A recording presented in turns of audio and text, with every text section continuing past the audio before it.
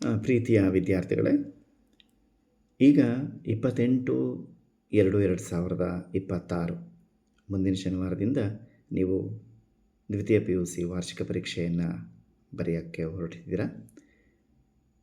ಹೇಗೆ ಹೋಗಬೇಕು, ಏನು ತಯಾರಿಗಳನ್ನು ಮಾಡಿಕೊಳ್ಬೇಕು, ಪ್ರಿಪ್ರೇಷನ್ ಅಂತ ನಾವು ಕರಿತೀವಿ. ಪ್ರಿಪ್ರೇಷನ್ ಅಂದರೆ ಯಾವುದು ಸಬ್ಜೆಕ್ಟ್ ಇರುತ್ತೆ ಅವತ್ತು ಅದನ್ನು ಓದಿಬಿಟ್ಟು ಹೋಗೋದು ಅಂತ ಒಂದೇ ಅಲ್ಲ. ಅದು ಬಹಳ ಇಂಪಾರ್ಟೆಂಟು. ಎಲ್ಲದು ಓದಿರಬೇಕು, ನೆನಪಿಟ್ಕೊಂಡು ಬರೀಬೇಕು. ಅದ್ರ ಜೊತೆಗೆ ತಯಾರಿ ಯಾವ ರೀತಿ ಮಾಡಿಕೊಳ್ಬೇಕು, ಹಿಂದಿನ ದಿನವೇ ನಾವೇನೆಲ್ಲ ತೆಗೆದಿಟ್ಕೊಳ್ಬೇಕು ಅಂತ. ಅದು ಸಬ್ಜೆಕ್ಟ್ ಆಗಿರ್ಬೋದು, ಲ್ಯಾಂಗ್ವೇಜಸ್ ಆಗಿರ್ಬೋದು, ಯಾವುದೇ ಆಗಿರಲಿ. ಏನು ಮಾಡಬೇಕು ಅಂತ ಹೇಳಿದ್ರೆ, ಮೊದಲು ನಮ್ಮ uniform, college uniform, college ID ಏನು ಕೊಟ್ಟಿರ್ತಾರೆ ಅದು, ಅದರ ಜೊತೆಗೆ ನಾವು ಹಾಲ್ ಟಿಕೆಟ್, ಅಡ್ಮಿಷನ್ ಟಿಕೆಟ್ ತುಂಬ ಇಂಪಾರ್ಟೆಂಟ್. ಇದಾದ ಮೇಲೆ ಒಂದೇ ರೀತಿಯ ಪೆನ್ನುಗಳು, ಅದು ಯಾವುದೇ ಬ್ಲ್ಯಾಕಲ್ಲಿ ಬರೀತಿರೋ ಬ್ಲೂಲ್ಲಿ ಬರೀತಿರೋ ಒಂದೇ ರೀತಿಯ ಪೆನ್ನನ್ನು ನೀವು ಬಳಸಿದ್ರೆ ಬಹಳ ಒಳ್ಳೆಯದು. 4-5 ಪೆನ್ನನ್ನು ತೊಗೊಂಡೋಗಿ. ಎರೇಸರ್ ನಿಮ್ಮದೇ ಆಗಿರಲಿ, ಪೆನ್ಸಿಲ್ ನಿಮ್ಮದೇ ಆಗಿರಲಿ, ಸ್ಕೇಲ್ ನಿಮ್ಮದೇ ಆಗಿರಲಿ, ಕ್ಯಾಲ್ಕುಲೇಟರ್ ಏನು ಯೂಸ್ ಮಾಡ್ತೀರ ಅದೆಲ್ಲ ನಿಮ್ಮದೇ ಆಗಿರಲಿ. ಅಕ್ಕಪಕ್ಕದಲ್ಲಿ ಕೇಳೋದಕ್ಕೆ ಖಂಡಿತವಾಗಿಯೂ ಪರೀಕ್ಷಾ ಹಾಲಲ್ಲಿ ಕೂತ್ಕೊಂಡು ಹೋಗಬೇಡಿ, ಯಾರಿಗೂ ಕೇಳೋಕ್ಕೆ ಹೋಗಬೇಡಿ.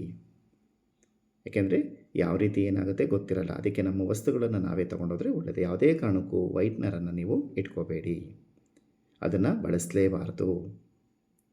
ಇದಿಷ್ಟು ತಗೊಂಡು ನೀವು ಹೋಗ್ತೀರಿ. ಹೋದನಂತ ಕೆಲವು ಸತಿ ಏನಾಗುತ್ತೆ, ಬೇರೆ ಬೇರೆ ಸಬ್ಜೆಕ್ಟ್, ಮ್ಯಾಥಮೆಟಿಕ್ಸ್ ಆಗಿರ್ಬೋದು, ಅಕೌಂಟೆನ್ಸಿ ಆಗಿರ್ಬೋದು, ಯಾವುದೇ ಬೇರೆ ಕೋರ್ಸ್ ಸಬ್ಜೆಕ್ಟ್ ಆದಾಗ ಕೆಲವು ಸತಿ ಏನೂ ಸಿಗಲಿಲ್ಲ ಅಂದಾಗ ಕೈ ಮೇಲೆ ಬರ್ಕೊಳ್ಳುವಂಥದ್ದು ಆಗಿಬಿಟ್ಟಿರುತ್ತೆ. ಸುಮ್ಮನೆ ಹಿಂಗೆ ಬರೆದಿರ್ತೀವಿ ಉತ್ತರ ಸರಿಯಾ ಏನು ಅಂತ ನೋಡೋಣ ಅಂತ. ಅದನ್ನು ನಾವು ಸಂಪೂರ್ಣವಾಗಿ ರಬ್ ಮಾಡಿರಲ್ಲ, ಕ್ಲೀನ್ ಮಾಡ್ಕೊಂಡಿರಲ್ಲ, ಹಂಗೆ ಹೋಗ್ಬಿಟ್ಟಿರ್ತೀವಿ. ಆ ಥರದ್ದೆಲ್ಲ ತಪ್ಪುಗಳನ್ನು ಮಾಡಬೇಡಿ.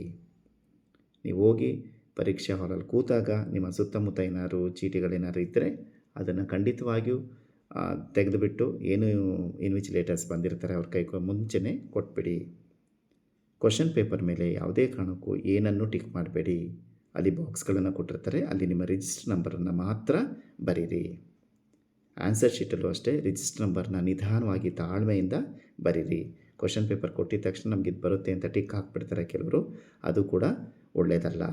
ಯಾವುದೇ ಕಾರಣಕ್ಕೂ ಕ್ವಶನ್ ಪೇಪರ್ ಮೇಲೆ ಏನನ್ನು ಕೂಡ ಬರಿಬೇಡಿ. ಎಲ್ಲ ವಸ್ತುಗಳು ನಿಮ್ಮದೇ ಆಗಿರಲಿ. ಈ ರೀತಿ ಎಲ್ಲವನ್ನು ತೊಗೊಂಡೋಗಿ, ಅಡ್ಮಿಷನ್ ಟಿಕೆಟ್ ತುಂಬ ಇಂಪಾರ್ಟೆಂಟು, ಯೂನಿಫಾರ್ಮು, ID ಕಾರ್ಡ್, ಒಂದೇ ರೀತಿಯ ಪೆನ್ಗಳನ್ನು ತೊಗೊಂಡೋಗೋದು ಕೂಡ ಒಳ್ಳೆಯದು. ಒಂದೊಂದು ಸತಿ ಪೆನ್ನು ಖಾಲಿ ಆಗಿಬಿಡುತ್ತೆ, ಬ್ಲೂಲ್ಲಿ ಬರೀತಿರ್ತೀರಿ, ಬ್ಲ್ಯಾಕ್ ಪೆನ್ನಿಗೆ ಚೇಂಜ್ ಮಾಡ್ತೀರಿ. ಆವಾಗ ಏನು ಇನ್ವಿಜಿಲೇಟರ್ ಇರ್ತಾರೆ ಅವ್ರ ಹತ್ರ ಪೆನ್ ಚೇಂಜ್ ಆಗಿದೆ ಅನ್ನೋದಕ್ಕೆ ಒಂದು ಸಿಗ್ನೇಚರ್ ತೊಗೊಂಬಿಡಿ. ಆ ಟೈಮಿಂಗ್ಸ್ ಬರೆದವರು ಸಿಗ್ನೇಚರ್ ಮಾಡ್ತಾರೆ. ಇದಿಷ್ಟು ತಯಾರಿಗಳನ್ನು ನಾವು ಮುಂಚಿತವಾಗಿ ಮಾಡಿಕೊಂಡಿರಬೇಕು. ಗೊಂದಲ ಬೇಡ, ಎಲ್ಲರಿಗೂ ಒಳ್ಳೆಯದಾಗತ್ತೆ. ಚೆನ್ನಾಗಿ ಬರೀರಿ, ಅಭ್ಯಾಸ ಮಾಡಿ, ಕಲೀರಿ. ಎಲ್ಲರಿಗೂ ಒಳ್ಳೆಯದಾಗಲಿ.